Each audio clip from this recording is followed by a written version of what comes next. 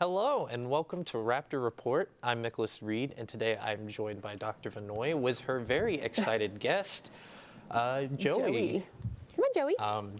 So today we are going to cover some of the things about Raptor Hollow, as well as some of the things about Joey and other birds at the sanctuary, as well as some upcoming events. So, can you tell us just a little bit about Joey? Yeah, so this is Joey. She is a sacred ibis. So these guys are shorebirds, so they live up and around the water. They don't necessarily swim all the time. That's why they got their super long legs. But she is actually from Africa. So they do have distant relatives that do live in Florida, the white ibis, as well as some other ones. The closest animal that we have to them around here in Ohio is like the stork or the great blue heron, things like that. But they do come from Africa. Fun fact about these guys is they actually were considered to be good luck, or even where they get their name, sacred ibis, from Egypt. So there's thousands and thousands of these guys actually mummified and buried in all of the tombs in Egypt with the mummies and the pharaohs and everything. So they were very special. So these guys are actually in the hieroglyphics and everything, and they were... That's really cool. Yeah, good luck and things like that. So they're pretty cool birds, very friendly. And is Joey, and I know a lot of the other animals we've had on the show are rescues. Is Joey a rescue? So Joey is a rescue. So Joey came to us from another facility that last year they were having all the hurricanes and the floods. So they were having a hard time. The parents were abandoning the nest. So we have her and two other ibis at our sanctuary that they came to us because they really had nowhere to go, and they were trying to escape and have the facilities to kind of raise them. So they came to us when they were babies. She is, I believe, going to be turning a year here very, very soon. So kind of hand raised them, and then they now live with us at the sanctuary. So she is the behavior. Yeah. A little young. Yes. Young and spry. Yes, she loves to explore. She's very friendly. She always is looking for food. So what are some of the things that you have to do to take care of Joey and her friends? Yeah, so we do feed them every day, and they are now part of our training program where they kind of are, we're trying to get them to exhibit their natural behaviors and come out and interact with people like you guys. We do take them out on warmer days and in the summer and stuff down to the natural creeks and everything where they can go and, kind of forage for their own food or just play in the water. And they actually really liked it when it was warm. So hopefully it'll be getting warm here soon where we can take them back kind of outside. So I have a question about Raptor Hollow. Is it, when you take in your rescues, do you ever release them, or is it just hold on to them until... Yeah, so right now it is only hold on to them. Okay. So eventually in the future we would really like to get into rehab, but right now we are the permanent kind of final place for the birds that cannot be released. I was just thinking, since she's from Africa, I was like, well, I didn't know if it was like raise them up and then send them back. Yeah, no, that would be wonderful. But right now we are the kind of the final place for these guys to live out the rest of their lives, so they can't. So the rehab is kind of the intermediate place from whether they come from the wild or for another facility if they need fixed. And then once they're kind of good to go and they need a place to stay, since a lot of places, rehab facilities and things like that, want more room for more injured animals, they come and live out the rest of their life with us. And you said you're training them to get better with people, as well as and you said earlier before the show that you're trying to do some events where they can hang out with kids and play with them. Yeah, so not necessarily play with them, but they can come and kind of hang out. So like I said, Joey really does like being around people, as you can tell. So we do have animal encounters at Raptor Hollow. So a new one this year will be our ibis encounter. So we do have 3 of these guys. And they do go out to our program. So like I said, they just started their kind of training program with us. So in the ibis encounter, you actually get to come to the sanctuary. You help make their diets in the morning, kind of see what our day consists of, and then you actually help us train them. So we are training them to kind of fly from person to person, interact with people. They will kind of fly up on your arm, things like that. And then if the weather's nice, take them outside, take them on kind of like a little walk adventure and get them exercise and stuff. So that is something that'll be new this year with these guys. We also have animal encounters where you can get up close and personal with, several animals at the sanctuary.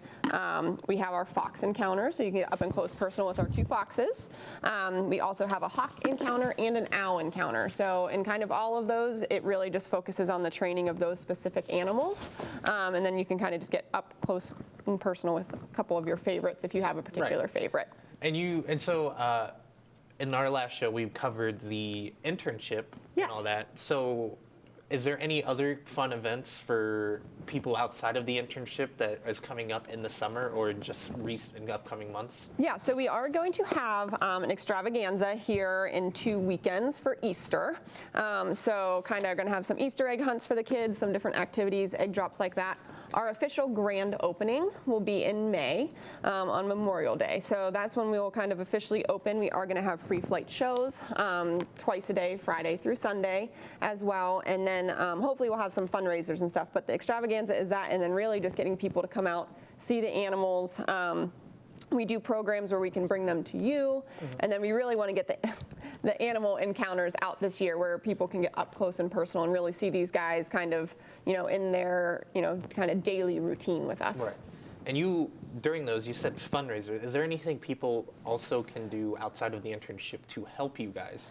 Yeah, so we are going to be posting soon on our website like a wish list of just certain things that these guys need. So we do enrichment with them every day. So enrichment can do anything from kind of having them do their natural behaviors of looking for food. So Joey here in the wild would use this really long beak and their long legs to kind of dig in the mud and things like that. So, what we would do is kind of get a ball pit with a bunch of balls, put their food underneath, and they kind of have to dig underneath, find their food.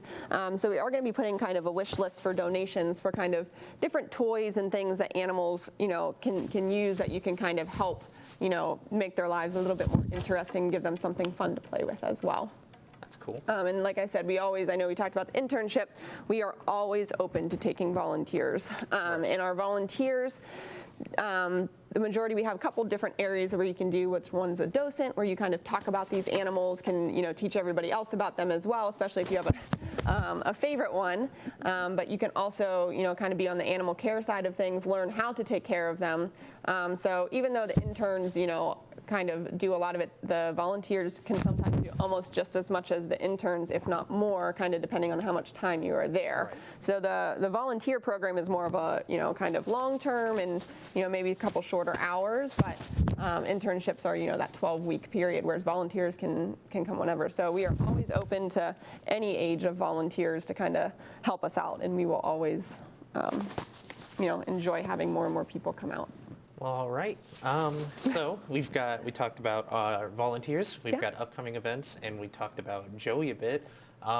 Is there anything outside of events and the internship that's coming up at Raptor Hollow? Maybe any animals that you guys are thinking about rescuing? I know it's kind of more comes into your lap. Yeah, so they come into our lap. So we're kind of open. We have kind of a lot of our ambassadors right now that we're just focusing on to do our free flight show. So we don't have anything kind of in the works at the moment.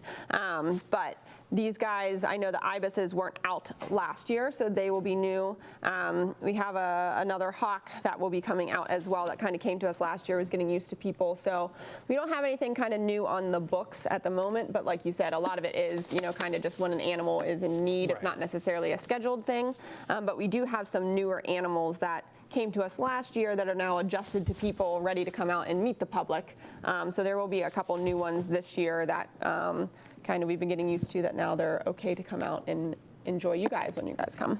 All right. And before closing, I have a question. Yes. What is one fun fact that you can give us? One fun fact. It doesn't just have to be about Joey, but I feel like they are the star of the show, and they are looking like a attention seeker. So I guess we'll do a fun fact about owls, which I might have mentioned before, but I always think it's cool. So everyone thinks that owls can turn their heads 360 degrees, and that is not true. They can only rotate them 270 degrees, so pretty much almost 360. And the reason they do that too is their eyeballs can't move in their socket. So how our eyeballs can move side to side, up and down, theirs can't. They're completely straight. So when they move their head, that's why they're trying to see things. And their eyeballs are so big in their head that if we had eyeballs that were the size of owls, they would be the size of softballs on our face. So that does not leave very much room for a brain. So owls actually are not wise like they are supposed to be. All right, well, thank you so much. And thank you, Joey, for coming to the show. That is it for the Raptor Report. If you would like to know more, you can always go to Raptor Hollow's website, or you can look at the internship and upcoming events. I'm Micholas Reed. Thank you so much.